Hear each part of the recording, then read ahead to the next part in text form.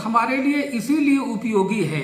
क्योंकि ये हमारे शरीर, मन और आत्मा को उन्नत करता है। ये उसका उत्कर्ष करके वो हमारे जीवन का जो चरम लक्ष्य है, ईश्वर साक्षात्कार, आत्म साक्षात्कार तक हमें पहुंचाता है।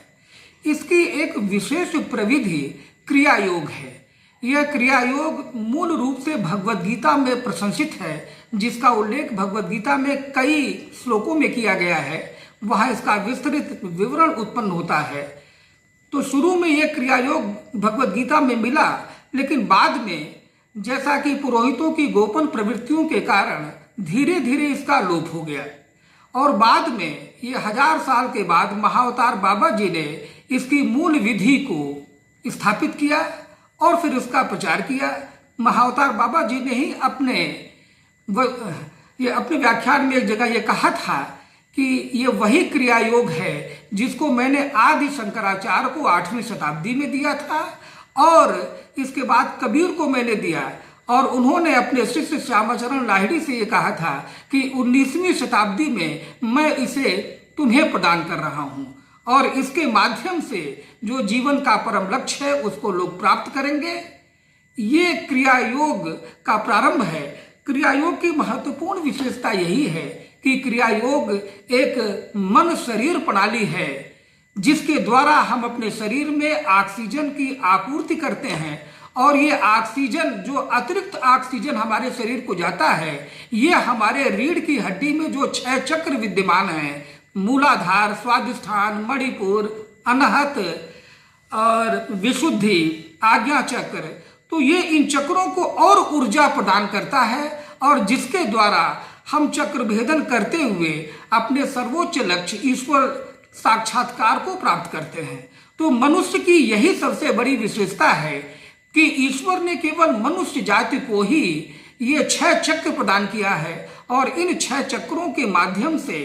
हम अपने जीवन के चरम लक्ष्य को प्राप्त कर सकते हैं। क्रिया योग का सबसे बड़ा महत्व यही है कि क्रिया योग हमारे क्रम विकास को तेज कर देता है। जितनी भी पद्धतियां, आध्यात्मिक पद्धतियां हैं, वे सभी हमें परमेश्वर की ओर ले जाती हैं, लेकिन तमाम पद्धतियां धीरे धीरे चलती हैं। क्रिया योग की ये विशेषता ये है कि इसके द्वारा क्रम विकास बहुत ही तेज हो जाता है।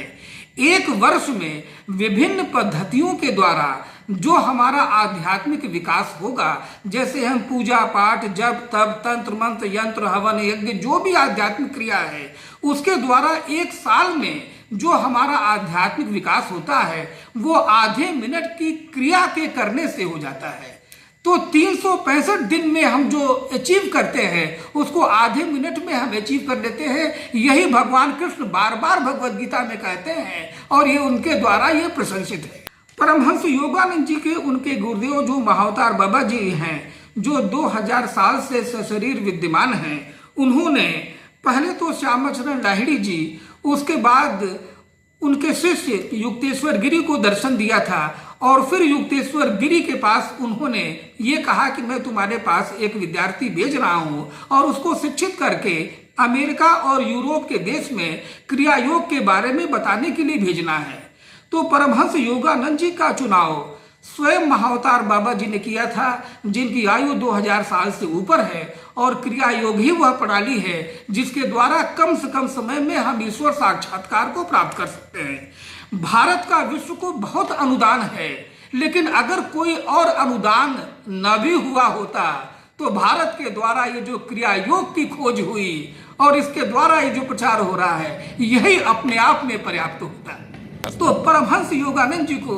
उनके जो गुरु हैं उन्होंने अमेरिका भेजा और अमेरिका में उन्होंने सेल्फ रियलाइजेशन फेलोशिप के नाम से एक संस्था स्थापित की और वहां पर यह हुआ कि पहली बार भारत का कोई योगी वो आया हुआ है जो कि हमें एक प्रविधि दे रहा है। कुछ और भी लोग उसके पहले गए जिन्होंने योग की चर्चा तो की थी, उससे परिचय कराया था यूरोप को अमेरिका से, लेकिन पहली बार कोई योगी ऐसा आया जिसने ईश्वर साक्षात्कार की एक प्रविधि उन्हें दिया और वहां पर अनेक लोगों ने आत्म साक्षात्कार किया, जिसमें कि दया माता है, मृणालिनी माता है, लुई हैं, तमाम ऐसे लोगों ने ईश्वर साक्षात्कार किया। और जब उन लोगों ने देखा कि क्रिया योग पूरी तरीके से वैज्ञानिक है, तब वो इसके प्रति नतमस्तक हुए। तो परमहंस योगानंद जी न केवल भारत की इस अद्भुत प्रणाली को बाहर ले गए, यूरोप को अमेरिका से परिचित कराया, बल्कि एक संस्था के माध्यम से क्रिया योग को विश्व में प्रचार करने का एक स्तुत्य कार्य किया।